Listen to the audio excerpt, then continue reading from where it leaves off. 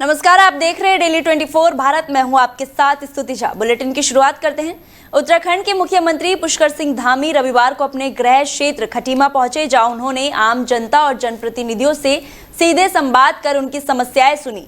और Lohia head helipad पहुंचने के बाद मुख्यमंत्री कैंप कार्यालय गए, जहां बड़ी संख्या में लोग अपनी शिकायतें और सुझाव लेकर पहुंचे। मुख्यमंत्री ने लोगों की समस्याओं को गंभीरता से सुनते हुए संबंधित अधिकारियों को स्पष्ट निर्देश दिए कि सभी शिकायतों का प्राथमिकता के साथ आधार पर त्वरित, पारदर्शिता और गुणवत्तापूर्ण निस्तारण सुनिश्चित की जाए। उन्होंने कहा है कि आम नागरिकों को अपनी समस्या के समाधान के बार बार सरकारी कार्यालय के चक्कर ना लगाने पड़े और प्रशासन संवेदनशीलता के साथ प्रत्येक मामले का समयबद्ध समाधान करे। मुख्यमंत्री धामी ने कहा कि जन सेवा राज्य सरकार का मूल उद्देश्य है और आम जन की समस्याओं का प्रभावी समाधान सरकार की सर्वोच्च प्राथमिकताओं में शामिल है।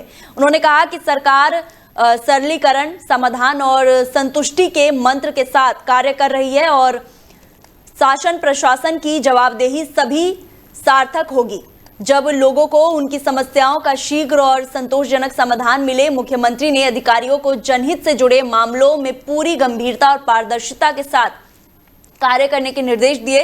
इस दौरान कई जनप्रतिनिधि और वरिष्ठ प्रशासनिक अधिकारी भी मौजूद रहे। मुख्यमंत्री ने भरोसा दिलाया कि जनता की अपेक्षाओं के अनुरूप विकास कार्यों और जन कल्याण योजनाओं को तेजी से आगे बढ़ाया जाएगा।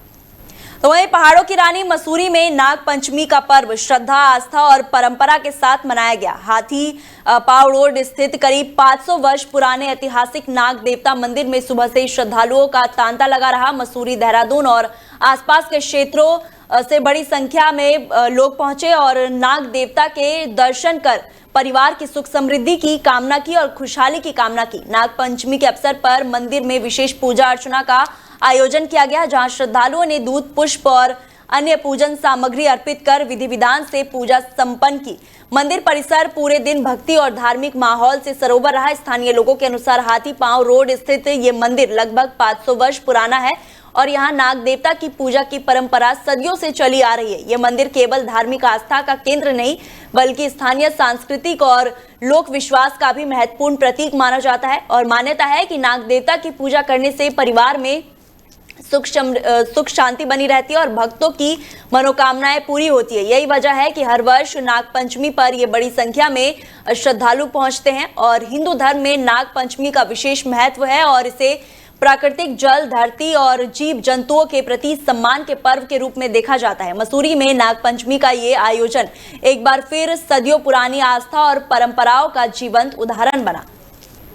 तो वहीं उत्तराखंड के सोमेश्वर विधानसभा क्षेत्र से खेल सुविधाओं की कमी को लेकर एक बड़ा मुद्दा सामने आया है। कांग्रेस जिलाध्यक्ष भूपेंद्र भोपा ने आरोप लगाया है कि क्षेत्र के बच्चों के लिए खेल मैदान और अभ्यास की समुचित व्यवस्था नहीं होने के कारण उन्हें शमशान घाट में शव रखने के साथ स्थान पर टेनिस खेलने के लिए मजबूर होना पड़ रहा है। उन्होंने इस स्थिति को बेहद दुर्भाग्यपूर्ण और शर्मनाक बताते हुए सरकार पर निशाना साधा। भूपेंद्र भोपा ने कहा कि जिस विधानसभा क्षेत्र का जनप्रतिनिधि प्रदेश के खेल मंत्री करते हैं, वहीं बच्चों को खेलने के लिए बुनियादी सुविधा तक उपलब्ध नहीं है। उनका कहना है कि सरकार खेलों को बढ़ावा देने और युवाओं को नशे से दूर रखने के बड़े बड़े दावे करती है, लेकिन जमीनी हकीकत कुछ और ही तस्वीर दिखा रही है। उन्होंने कहा है कि ग्रामीण क्षेत्रों में कई प्रभावशाली बच्चे हैं और लेकिन उचित मैदान, परीक्षण और समाधानों के अभाव में उनकी प्रतिभा दबकर रह जाती है। कांग्रेस जिलाध्यक्ष ने कहा है कि शमशान घाट जैसी जगह पर बच्चों का खेल अभ्यास करना व्यवस्था का गंभीर विफलता को उजागर करता है। उन्होंने सरकार और संबंधित विभागों से मांग की है कि सोमेश्वर क्षेत्र में जल्द से जल्द खेल मैदान, अभ्यास स्थल और जरूरी खेल सुविधा विकसित की जाए, ताकि स्थानीय बच्चों को सुरक्षित वातावरण में अभ्यास का अवसर मिल सके और वो राज्य तथा देश का नाम रोशन कर सके। बहुत ही गंभीर मामला जो है संज्ञान में आया है और वहाँ पर सोमेश्वर में जो हमारे अटल उत्कृष्ट विद्यालय के बच्चे हैं JIC के, उनके द्वारा जो वहाँ पर TT के खिलाड़ी हैं और उनके लिए वहाँ पर कोई भी सुविधा उपलब्ध नहीं है। और आज जिस तरह से देखने में आया है कि वो बच्चे जो हैं, वहाँ पर एक त्रिवेणी घाट है, घाट पर जहाँ पर शव रखा जाता है, वहाँ पर वो बच्चे जो है TT खेलने का काम कर रहे हैं। कितना बड़ा दुख होता है कि आज उत्तराखंड बने हुए लगभग 26 साल हो गए हैं और आज ऐसी स्थिति जो है इस उत्तराखंड राज्य में हो चुकी है। और सबसे बड़ा दुख का विषय तो ये है कि जिस विधानसभा का वो मामला आया है, सोमेश्वर विधानसभा का, और उस विधानसभा की जो विधायक है, जो उस वर्तमान समय में यहाँ पे जो उत्तराखंड सरकार में मंत्री भी है और वो खेल मंत्री है, और उनके राज में जो है इस तरह की घटना आ रही है जो कि बहुत ही दुखद है। और यहाँ पर खेल महाकुंभ के जैसे कार्यक्रम भी हुए, और लेकिन आज बड़े दुख के साथ कहना पड़ता है कि जिस विधानसभा की विधायक खेल मंत्री है, उस विधानसभा की ये स्थिति है कि वहाँ के बच्चों को जो है खेल के लिए जो है 100 के बाद जो है खेलना पड़ रहा है। जहाँ पर 100 रखा जाता है वहाँ पर बच्चों को टीटी खेलना पड़ रहा है, वहाँ पर कोई सुविधा बच्चों के लिए नहीं है। उससे बड़ा दुख के और शर्म की बात जो है इस उत्तराखंड राज्य में कुछ नहीं हो सकती है। और आज मैं कहना भी चाहता हूँ आपके मंच के माध्यम से कि जो वहाँ की मंत्री है रेखा आर्या, उनको ध्यान देना चाहिए कि केवल कुकर और साड़ी बांट के जो सोमेश्वर की विधानसभा का भला नहीं होने वाला है, या ना उत्तराखंड राज्य का भला होना है। पहले अपनी विधानसभा को देखना चाहिए और उन बच्चों के जो हमारे नौनिहाल हैं उनके भविष्य को देखना चाहिए। उत्तराखंड के खटीमा में देवभूमि व्यापार मंडल की नवम नवनीत कार्यकारिणी का शपथ ग्रहण समारोह उत्साह और गरिमामय माहौल में आयोजित किया गया। इस अवसर पर व्यापारियों की एकजुटता, संगठन की मजबूती और खटीमा के विकास को लेकर संकल्प लिया गया। कार्यक्रम में देवभूमि उद्योग व्यापार मंडल के प्रदेश अध्यक्ष एवं राज्य आंदोलनकारी सम्मान परिषद के अध्यक्ष हुकुम सिंह कुंवर और जिला पंचायत अध्यक्ष अजय मौर्य मुख्य अतिथि के रूप में शामिल हुए। दोनों नेताओं ने नवम नवनीत पदाधिकारियों को शुभकामनाएं देते हुए कहा कि कार्यकारिणी व्यापारियों की समस्याओं को मजबूती से उठाए और उनके हितों की रक्षा के लिए सक्रिय भूमिका निभाए। कार्यक्रम में नगर पालिका परिषद खटीमा के अध्यक्ष रमेश चंद्र जोशी की विशिष्ट अतिथि के रूप में मौजूद रहे और समारोह के दौरान नवम नवनीत पदाधिकारियों को संगठन और पद के प्रति निष्ठा की शपथ दिलाई गई। देवभूमि व्यापार मंडल खटीमा के अध्यक्ष रवीश भटनागर ने कहा कि संगठन हमेशा व्यापारियों के हितों के लिए लड़ाई लड़ता है और आगे भी उनकी उम्मीदों पर खड़ा उतरने का प्रयास करेगा। नई कार्यकारिणी में जिलाध्यक्ष अरुण सक्सेना, अध्यक्ष रवीश भटनागर, मंत्री अनमोल अग्रवाल और कोषाध्यक्ष कश्यप मोटवानी समेत कई पदाधिकारी शामिल रहे। वक्ताओं ने कहा कि संगठन का उद्देश्य व्यापारियों को एकजुट कर उनकी समस्याओं का समाधान करना और क्षेत्र के विकास में उनकी भागीदारी बढ़ाना है। आज खटीमा में देवभूमि व्यापार मंडल का गठन हुआ और उसका सफल समारोह कार्यक्रम है आज संपन्न हुआ है, जिसके हमारे देवभूमि व्यापार मंडल के अध्यक्ष हमारे बड़े भाई रवीश भटनागर जी नियुक्त हुए हैं और हमारे महामंत्री बड़े भाई अनमोल अग्रवाल जी और छोटे भाई कश्यप मोटवानी जी उस अध्यक्ष के रूप में आज इन्होंने शपथ ली है। और इस पूरी टीम को मैं बहुत बहुत बधाई और शुभकामनाएं देता हूं। और इस खटीमा में जो व्यापारियों की समस्या लगातार उठाकर ये आगे तक बढ़ाएंगे, शासन प्रशासन में उसको आगे बढ़ाएंगे और हम लोग जनप्रतिनिधि होने के नाते और इनका भी सहयोग करेंगे और निश्चित ही उस व्यापारियों को उसका लाभ मिलेगा। देवभूमि उद्योग व्यापार मंडल बहुत पुराना व्यापार मंडल है। 1994 में इसका गठन हुआ था। राज्य आंदोलन के दौरान जब सारे व्यापार मंडल इसका विरोध कर रहे थे तब देवभूमि व्यापार मंडल का गठन हुआ था और देवभूमि व्यापार मंडल की खटीमा इकाई जो बनी है हमारी बहुत मजबूत इकाई बनी है, युवा इकाई भी बनी है, संरक्षक मंडल भी बनाया है, अच्छे व्यापारी इसके साथ जुड़े हुए हैं। मैं समझता हूँ कि खटीमा के अंदर जो व्यापारियों की समस्याओं को उठाने के लिए कोई संगठन नहीं था, राजनीति के दलदल में फंस गया था। एक अच्छा संगठन व्यापारी को मिला है और अच्छे काम यहाँ पर होंगे, व्यापारी हित में भी होगा, उपभोक्ता हित में भी होगा और समाज के हित में भी काम होंगे। बहुत मैं इन सबको बधाई देने यहाँ पर आया हूँ और आज इनका शपथ हुआ है। मैं पुनः इनको बधाई देता हूँ और उम्मीद करता हूँ कि व्यापारी हित में, सामाजिक हित में अच्छा काम करेंगे। देवभूमि उद्योग व्यापार मंडल एक पूरे प्रदेश के अंदर एक नाम है, पंजीकृत संस्था है, जगह जगह इसकी इकाइयां बनी है और एक अच्छा काम होगा। मैं समझता हूँ कि बहुत अच्छी इकाई बनी है। मैं तो बधाई देना चाहता हूँ सबको। तो वहीं मसूरी के प्रसिद्ध पर्यटन स्थल कैप्टी फॉल में रविवार को एक बड़ा हादसा होते होते टल गया, जब हरियाणा से घूमने आए पर्यटक की पानी में डूबने से हालत गंभीर हो गई। जानकारी के मुताबिक पानीपत निवासी अजय गौतम अपने 4 दोस्तों के साथ कैप्टी फॉल घूमने पहुंचे थे। इसी दौरान वो अचानक पानी की निकासी वाले हिस्से में फंस गए और काफी देर तक पानी में रहने से उनकी हालत बिगड़ गई। स्थानीय लोगों और पुलिस की मदद से उन्हें बाहर निकाला गया, लेकिन तब तक उनकी सांसें उखड़ने लगी थी और ऑक्सीजन स्तर काफी नीचे पहुंच चुका था। इसी बीच मौके पर मौजूद एक डॉक्टर ने बिना देर किए CPR देना शुरू किया और प्राथमिक उपचार किया। काफी प्रयास के बाद अजय को होश आया। इसके बाद उन्हें एम्बुलेंस से मसूरी उप जिला चिकित्सालय पहुंचाया गया, जहां डॉक्टर प्रशांत नैथानी के नेतृत्व में उनका इलाज किया गया। डॉक्टरों के अनुसार पानी फेफड़ों में चले जाने से उनकी स्थिति गंभीर थी। प्राथमिक उपचार के बाद बेहतर इलाज के लिए उन्हें देहरादून के हायर सेंटर रेफर किया गया और प्रत्यक्षदर्शियों का कहना है कि डॉक्टर ने अपने परिवार को छोड़कर पहले पर्यटक की जान बचाने को प्राथमिकता दी। समय पर मिले सीपीआर और उपचार ने अजय की जिंदगी बचा ली। ये घटना पर्यटन स्थलों पर सतर्कता और सुरक्षा की व्यवस्था को अहमियत भी दिखाती है। पेशेंट का नाम है अजय गौतम है। ये पानीपत के रहने वाले हैं। ये लोग यहाँ पे टूरिस्ट आ रखे थे, घूमने आ रखे थे केम्प्टी की तरफ में। तो बहुत ज्यादा वैसी बरसात का वैसी आजकल टाइम है, तो ये लोग भी अपना पता नहीं क्या कर रहे थे, साथ में सारे दोस्त आ रखे थे ये लोग। अब ये जो लड़का है अजय गौतम, इसका पैर फिसला, जिसकी वजह से नीचे गिर गया, कहीं जाके डूबने लग गया था ये बेसिकली। तो अभी जब इसको यहाँ पे हॉस्पिटल में लेके आए तो इसके वाइटल्स में ऑक्सीजन काफी इसका लो आ रहा था, 70 से भी नीचे आ रहा था बल्कि। तो हमने अभी इसको जो NRBM मास्क लगाया है, तो हाई फ्लो ऑक्सीजन भी लगवाया है इसको, और साथ में एचकॉर्ड इंजेक्शन वगैरह हमने ट्रीटमेंट दे दिया उसको। तो बहुत मतलब आधा घंटा 1 घंटा इसको ऑब्जर्वेशन में रखा गया था यहाँ पे, बल्कि पल्स रेट तो पहले बहुत हाई थी, अब फिर नॉर्मल हो गई थी। अब पेशेंट अब ठीक है, स्टेबलाइज्ड है अभी।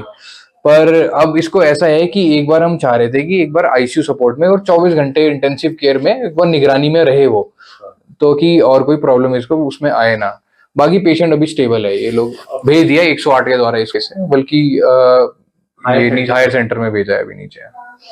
रत्न और पूर्व प्रधानमंत्री अटल बिहारी वाजपेयी की पुण्यतिथि पर मसूरी में भाजपा कार्यकर्ताओं ने उन्हें भावभीनी श्रद्धांजलि अर्पित की। तिलक लाइब्रेरी प्रांगण में आयोजित श्रद्धांजलि सभा में भाजपा मसूरी मंडल के पदाधिकारी और कार्यकर्ता ने अटल बिहारी वाजपेयी के चित्र पर पुष्प अर्पित कर उनके योगदान को याद किया। इस दौरान कार्यकर्ताओं ने अटल बिहारी वाजपेयी अमर रहे के नारे लगाए और उनके आदर्शों को आगे बढ़ाने का संकल्प लिया। कार्यक्रम को संबोधित करते हुए भाजपा मंडल अध्यक्ष रजत अग्रवाल ने कहा कि अटल बिहारी वाजपेयी भाजपा के प्रेरणा स्रोत रहे हैं और उनके विचारों तथा मूल्यों पर चलते हुए पार्टी आज दुनिया की सबसे बड़ी राजनीतिक पार्टी बनी है। उन्होंने कहा है कि प्रधानमंत्री के रूप में अटल जी ने कारगिल युद्ध के दौरान मजबूत नेतृत्व दिया, परमाणु परीक्षण कर भारत की ताकत दुनिया को दिखाई और गांव-गांव सड़कें के विस्तार के साथ सूचना क्रांति को नई दिशा दी। वहीं पूर्व पालिका अध्यक्ष OP उनियाल ने कहा कि अटल बिहारी वाजपेयी ने अपने लंबे राजनीतिक जीवन में कई महत्वपूर्ण जिम्मेदारियां निभाई हैं, लेकिन कभी अपने सिद्धांतों से समझौता नहीं किया। और विधायक प्रतिनिधि मोहन पेटवाल ने कहा कि अटल ऐसे राजनेता थे जिनका सम्मान राजनीतिक विरोधी भी करते हैं। उन्होंने कहा है कि अटल जी का जीवन राष्ट्रहित, लोकतांत्रिक मूल्यों और आदर्श राजनीति की मिसाल है। वक्ताओं ने उनके बताए मार्ग पर चलकर भारत को विश्व गुरु बनाने का संकल्प दोहराया। देखिए, हमारी भारतीय जनता पार्टी की नींव हमारे मार्गदर्शक, पूरे विश्व के प्रेरणा स्रोत श्रद्धेय श्री अटल बिहारी वाजपेयी जी की पुण्यतिथि पर आज एक श्रद्धांजलि सभा का आयोजन किया गया। और आज इस श्रद्धांजलि सभा में सभी वक्ताओं ने, हमारे सभी कार्यकर्ताओं ने एक बात प्रमुख तौर पर रखी, और वो ये थी कि वास्तविक रूप में अगर कोई विकास पुरुष था और कोई हमारी भारतीय जनता पार्टी का मार्गदर्शक था, उत्तराखंड की स्थापना में जिस नेता की भूमिका थी वो श्रद्धेय श्री अटल बिहारी वाजपेयी की थी। पूरे भारत में ऐसी शख्सियत के पुण्यतिथि है, मुझे नहीं लगता जिसे कभी कोई युगों युगों तक भूल पाए। वो देश के ऐसे प्रधानमंत्री थे, शायद ही कभी कोई ऐसा प्रधानमंत्री कभी पार्टी के अंदर आए। आज उनकी जो थोड़ा सा जो छवि देखने को मिलती है, वो आज माननीय नरेंद्र मोदी जी के उसमें मिलती है। आज हम पार्टी के तत्वाधान में यहाँ मसूरी में तिलक लाइब्रेरी में उनकी पुण्यतिथि पर इकट्ठे हुए हैं, और आज हमने सबने उनको अपने श्रद्धा सुमन यहाँ पे अर्पित किए हैं। एक ऐसे शख्सियत को जो भारत के प्रधानमंत्री के साथ साथ भारत रत्न भी रहे, और आज जो उत्तराखंड है, आज उन्हीं की देन है कि आज हम इस उत्तराखंड में हैं। उनकी सोच आज किसी भी राजनेता के अंदर ऐसी सोच नहीं जो उनकी सोच है।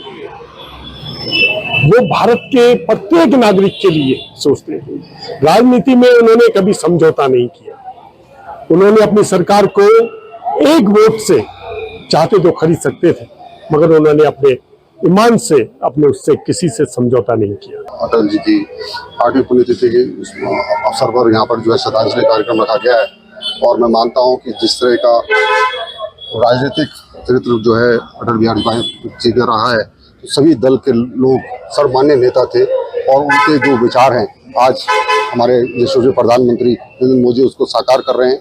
और इसी प्रोग्राम में चाहे प्रदेश सरकार हो, चाहे हमारे यहाँ क्षेत्रीय विधायक और वर्तमान में कैबिनेट मंत्री हो, लगातार पार्टी जो है जिस तरह की विचारधारा अटल जी ने रखी थी उस पर जो है काम करने का काम कर रहे हैं। और आज जो है मुस्लिम मंडल ने यहाँ पर श्रद्धांजलि कार्यक्रम रखा है, बढ़ चढ़ कर भाजपा। तो वहीं उत्तराखंड के चमोली जिले में निर्माणाधीन तपोवन विष्णुगाड़ जल विद्युत परियोजना की सुरंग के भीतर पानी के रिसाव की खबर सामने आई है। जानकारी के अनुसार सुरंग के अंदर एक छोटा सा कैविटी यानी खाली हिस्सा विकसित हुआ है, जिसके बाद वहां से पानी का रिसाव शुरू हुआ। एहतियात के तौर पर प्रभावी हिस्सों में काम कर रहे सभी श्रमिकों को तुरंत सुरक्षित बाहर निकाल लिया गया है और उस पर सेक्शन के निर्माण कार्य अस्थायी रूप से रोक दिया गया। परियोजना का संचालन कर रही एनटीपीसी की तकनीकी टीमों ने मौके पर पहुंचकर स्थिति का जायजा लिया और विशेष उपकरणों की मदद से कैविटी को भरने और सुरंग को सुरक्षित करने का काम शुरू कर दिया। एनटीपीसी अधिकारियों का कहना है कि सुरंग निर्माण के दौरान इस तरह से छोटी कैविटी और सीमित पानी का रिसाव सामान्य तकनीकी चुनौती का हिस्सा हो सकता है और फिलहाल घबराने जैसी कोई स्थिति नहीं है। हालांकि सुरक्षा को देखते हुए पूरे क्षेत्र की लगातार निगरानी की जा रही है। ये घटना ऐसे समय में सामने आया है जब वर्ष 2021 की चमोली आपदा की यादें अभी भी लोगों के मन में ताजा है। उस भीषण आपदा में ऋषि गंगा और तपोवन परियोजना को भारी नुकसान हुआ था और 200 से अधिक लोगों की जान चली गई थी। ऐसे में पहाड़ी क्षेत्रों में चल रही बड़ी परियोजनाओं के बीच सुरक्षा, निगरानी और पारदर्शिता को लेकर एक बार फिर से चर्चा तेज हो गई। तो वहीं उत्तराखंड के नैनीताल जिले में लगातार हो रही भारी बारिश ने जनजीवन को प्रभावित करना शुरू कर दिया। रामनगर और आसपास के इलाकों में रविवार से तेज बारिश का दौर जारी है। इससे कई निचले क्षेत्र में जल भराव की स्थिति देखने को मिली। मौसम विभाग ने हालात को देखते हुए पूरे नैनीताल जिले के लिए ऑरेंज अलर्ट जारी किया है और भारतीय मौसम विज्ञान के अनुसार अगले कुछ घंटे आने वाले दिनों में भी जिला के कई हिस्सों में भारी बारिश से बहुत भारी बारिश हो सकती है।